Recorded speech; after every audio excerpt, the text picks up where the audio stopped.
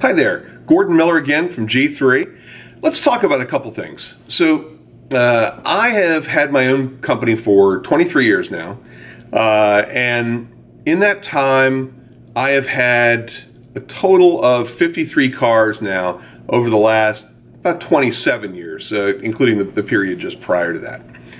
So I think I've owned just about everything. In fact, I'll even post the list, the entire list, in the description.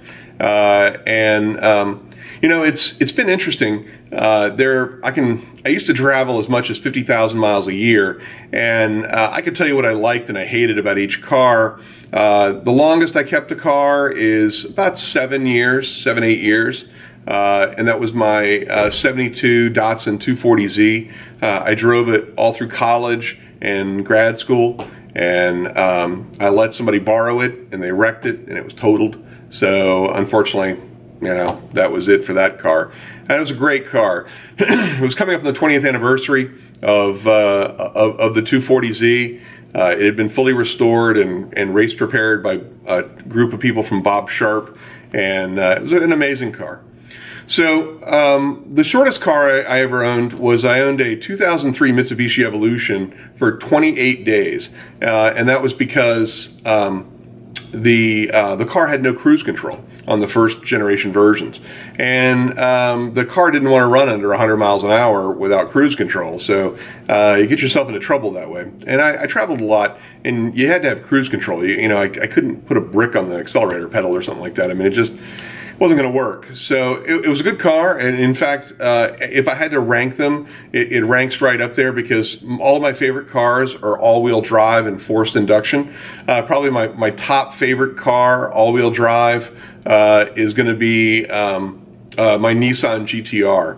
I had a 2010 Nissan GTR, great car, and my next one, all-wheel drive, is probably my 2012 Bentley GTC, W12 twin turbo, amazing car. It's just unbelievable.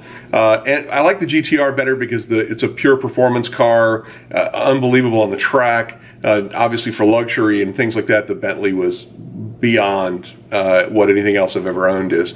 But the electronics in it were really bad. I mean, you push buttons on the navigation system, or it takes you, you know, 10-15 seconds to dial a phone number, because you have to wait a second or two between each number on a telephone number. So it takes 15 seconds to dial a number, you know, for 8 digits or 10 digits. But so anyway, the next one is I had an 2003 Porsche 911 twin turbo. That was a terrific car. Unbelievable on the track and on the street. And then the fourth one, I think in terms of quality, was the Mitsubishi Evolution. I just couldn't drive it every day because of the fact that it had no cruise control. So I'll post the entire list. I'm currently driving a 2017 BMW X5M. I'll provide some video on that later on. You know, of all the cars I've owned, I counted it up, I've had 10 BMWs. I've had just about every model of M3 there is. I've had various versions of the 7 Series, including 750iLs. There are only a couple of cars I bought more than once. Ironically, the most number of times I've bought a car, basically the same model car, is the Range Rover. I had an 03 HSE, an 05 Westminster, and an 08 Supercharged, and they were all black on black. But the 03 was actually black with tan. You know, they were different cars because the trim level was higher on the Westminster, and the Supercharged had that much more power. So the Supercharged was definitely the better of all of those. I had 2 Acura NSX models, 2000 models. I had car number 9 and car number 14. One of them was yellow, one of them was black. The yellow one was stock, and then I missed it so much I bought another one. I bought the black one and then modified the daylights out of it. I drove it at Watkins Glen and a number of other tracks. It was a great car, you know, just amazing capability, especially when modified. let's see. The other car that I bought that I've owned more than once is a 1989 BMW 750iL. I owned one when I first met my wife, and it was a great car. I had an opportunity to buy a museum quality car for about 11 grand a couple years ago, and then kept it for about a year and sold it. The newer cars just had more refinement to them. You know, the car was a great car, but it was a great car back in the late 80s and early 90s. The refinement for today's cars is very much superior to it. But in terms of Porsches, I've owned a number of 911s, but not multiples of the same model, except for 96 Carrera 4S, and then a Carrera 2 that I got that was also a 96. So those are great cars. The value of those cars keep going up. It's amazing how the value of most of the things I bought, if I had bothered to keep them, would have continued to rise. Cars that I owned and paid $50,000 for, or even $25,000 for, are now worth $50,000 to $100,000. They've doubled in value, and so that's very rare. And you know, guys like on YouTube, like Exotic Car Hacks, and I'm not calling you out here. I enjoy your channel. I'm just saying that you know, in fact, I'll even link to your channel, and people can find you that haven't already found you. But you know, if you're going to buy an exotic, the cost of owning an exotic car is ridiculous. I mean, you know, there's the cost of it itself, plus the cost of maintenance, plus everything else that comes with that, the insurance.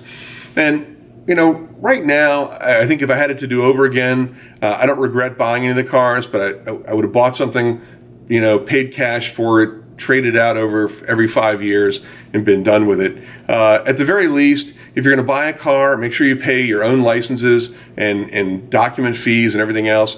Get a 48-month straight loan. Put 10 to 20% down. You know, I wouldn't buy a car, you know, these days more than $50,000, just because you're going to end up with a payment on those terms of almost $1,000, and I think that's excessive. I mean, you want to keep your costs relatively low as much as you can, especially for stuff like that. You know, I've added it up at one time how much I spent on cars, and my net loss was not that significant because I would buy it, I'd lose a little bit of money, I'd drive it for a period of time and get some use out of it. So, you know, it hasn't been excessive, but you think about it, even if it was $100,000, which it was a lot more than that I've spent over the last 20 years, that money invested well over the last 20 years, every 100,000 would be worth 200,000 by now or more, especially with the way the market's been going the last several years. So you got to think about it. You know, if I had lost $300,000 in the last 20 years on cars, if I hadn't done that and invested that money more wisely, that money would be worth $600,000. And would I rather have the money in my account, or would I rather have had the pleasure and the experience of owning the cars? Well, I don't regret the ownership experience, but I think as I get older, I'll be 52 this week, and I think as I get older, for me, it's an opportunity to be able to say, well, you know, I've done all that. I did all that while I was young. Now I'd like to hang on to stuff and, you know, enjoy it while I have it, and but not to really go nuts and end up paying a fortune for something like that. So, you know, I don't necessarily think that anybody can justify owning an exotic. If you got the money and you want to spend money on it, great, do it. But in the long run, I think you'll find that if you look at millionaires and how they've accrued their wealth, whether it's Buffett, who lives in the same house he's lived in for 27 years, you know, or anybody else who's showed real restraint. They have paid for cars that they've driven for 10 years. They have like pickup trucks or other things like that. You know, the #1 vehicle for a millionaire in the United States is a Ford F-150 pickup. Go figure. So most of it's because they have land or large ranches or things like that. But, you know, it's a paid for Ford F-150 pickup that costs less than $30,000. That's what millionaires are driving. You know, the people that are driving Lamborghinis and Ferraris and stuff like that, they're not millionaires. They want to be millionaires, or they want to make you think that they're millionaires, but they're not in many cases. Some of them are. And if you got the money to blow on it, then great, spend it, enjoy it. It's your money. You worked hard for it. But, you know, don't be lulled into a sense that it's a great way to spend your money. Certainly, it's an enjoyable experience, but understand that part of the cost of owning something like that is the maintenance and the insurance and the taxes, the personal property taxes, the sales tax every time you buy and sell something. So all that adds up over the years, over and above the depreciation and the loss of value. So if you're going to buy a car, consider it carefully. Try to find something within your budget, and try to stick to something under $50,000. 4 years. Pay your 10 to 20% up front. Pay all your other fees and taxes and everything, and do it that way. That way you'll never get hurt. Okay?